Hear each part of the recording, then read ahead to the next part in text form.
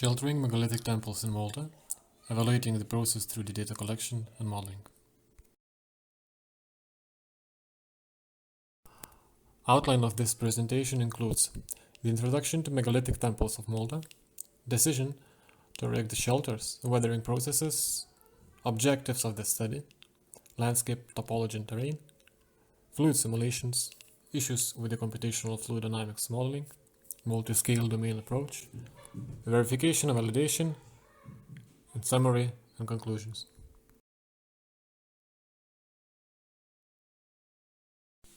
The megalithic temples of Malta are freestanding stone structures which started being constructed around 3500 BC and continued being used until 2500 BC.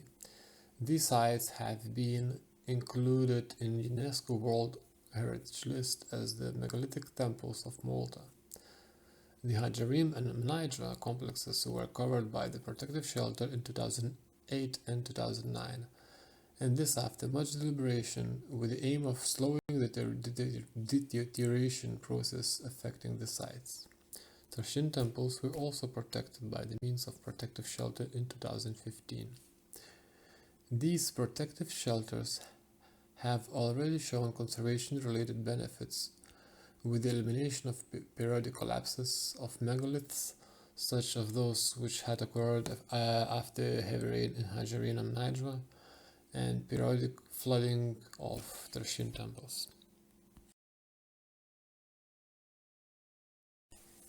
The decision to erect the shelters are mostly related to the material problems, including flaking, powdering, severe loss of the surface material, as well with the structural problems, including collapses caused by loss of infill and reduced load-bearing capacity of severely weathered megalith. Open-sided shelters within a lifetime of 25 years considered to be the best option in order to address some of the principal causes of deterioration, including direct rainfall, salt weathering, and thermal stress.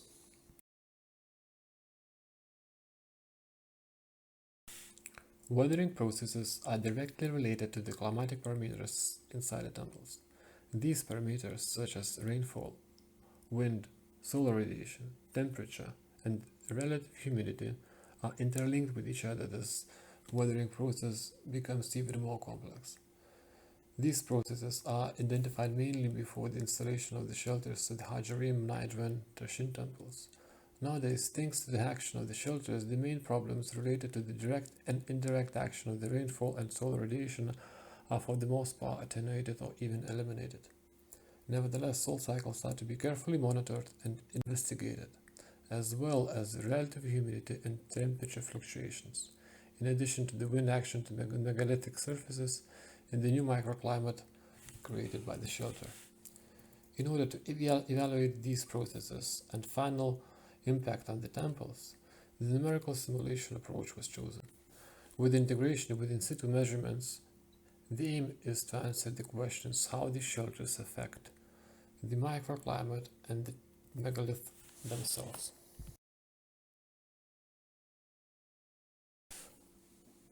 The objectives of the study is to outline a principal methodology using computational fluid dynamics to study conservation problems related to the archaeological and historical structures, as well to use this methodology to evaluate the effects of the shelters over the Malta's megalithic temples through the analysis of the wind velocity, temperature, and humidity distributions.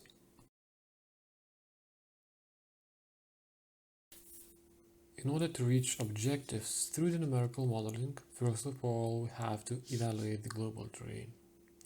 Simply because the temples of the Hajarim and Mnidra are located in the southwest coast of Malta, where because of the complexity of the terrain, a slight change in wind speed or direction could completely change the wind flow patterns in and over the temple. Thus, it will affect the simulation accuracy of the interlinked weathering process.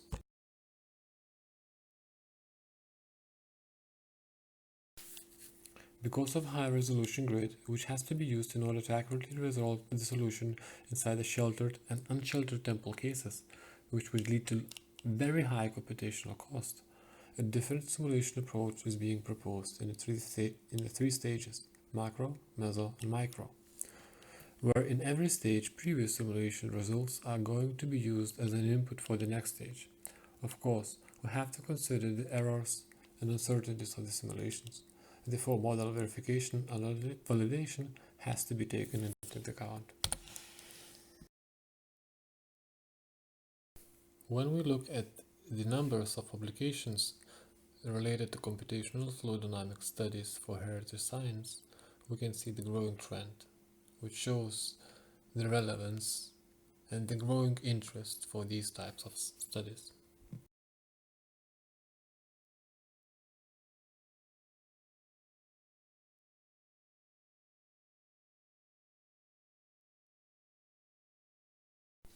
Halls, churches, exhibition spaces, and galleries are the most usual and common subject of computational fluid dynamics studies in heritage science, while the larger areas like historic villages, city centers, and large building complexes are not so common. The majority of papers that describe fluid dynamics simulations in cultural heritage are related to the air movement and the resulting ventilation of spaces, most of which are indoors.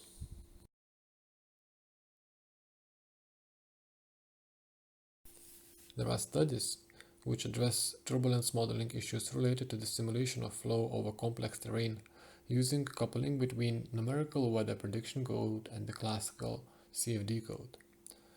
The main applications are wind farms and wind energy and urban air pollution. But substantially there are low in heritage science, as the some part of the methodologies could be more applicable to heritage science applications.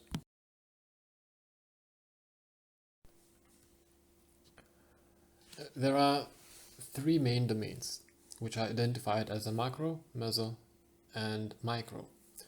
The macro domain represents the terrain, the global domain basically. The meso domain is representing the temple, and the micro domain representing the surface of the temple. General representation of three-stage computational fluid dynamics data flow approach is shown here, where in every step validation has to be done. As well, in all of the stages, model verification has to be passed.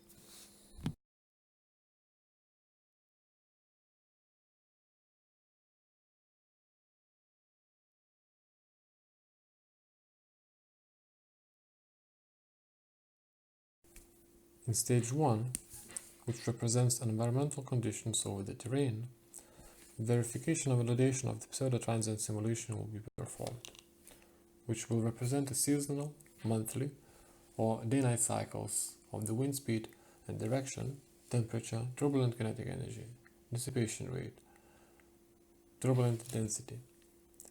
These simulation results will provide additional information which will be used as initial conditions for the mesoscale in stage 2.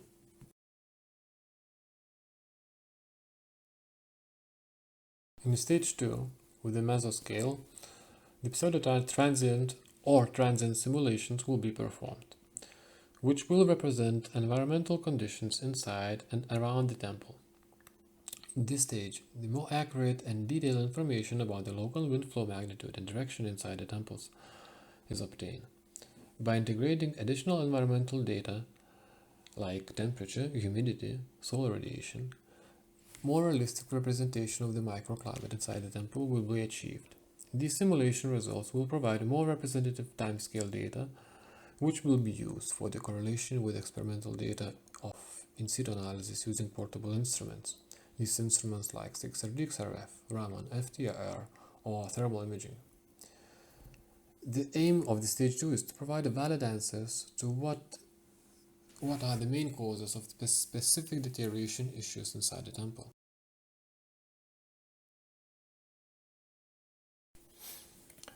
In stage 3, in the microscale, the aim is to study the processes near the wall. In this stage, integration of the discrete element method with the computational fluid dynamics is being proposed in order to study mass and energy transfer between solid surfaces and surrounding environment. Thus, in salt deposition, salt cycles and crystallization dynamics, condensation, erosion, and infiltration.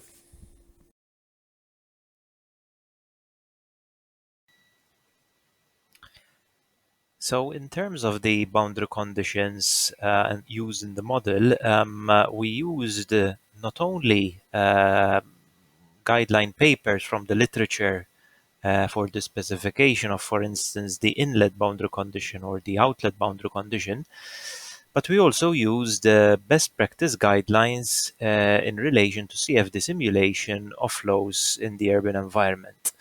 And this was in fact a major outcome of cost action 732. The problem with these guidelines is that they're mostly focused on urban environments which are not really reflecting the current situation that we are modeling. So this was a limitation, but these are the only guidelines in existence which approximate or come close to the situation that we are actually modeling. So the specifications of certain, for instance, domain dimensions, boundary conditions, or even discretization of the problems are all specified in these guideline documents. And we actually adopted what is specified in the guideline document into our modeling approach.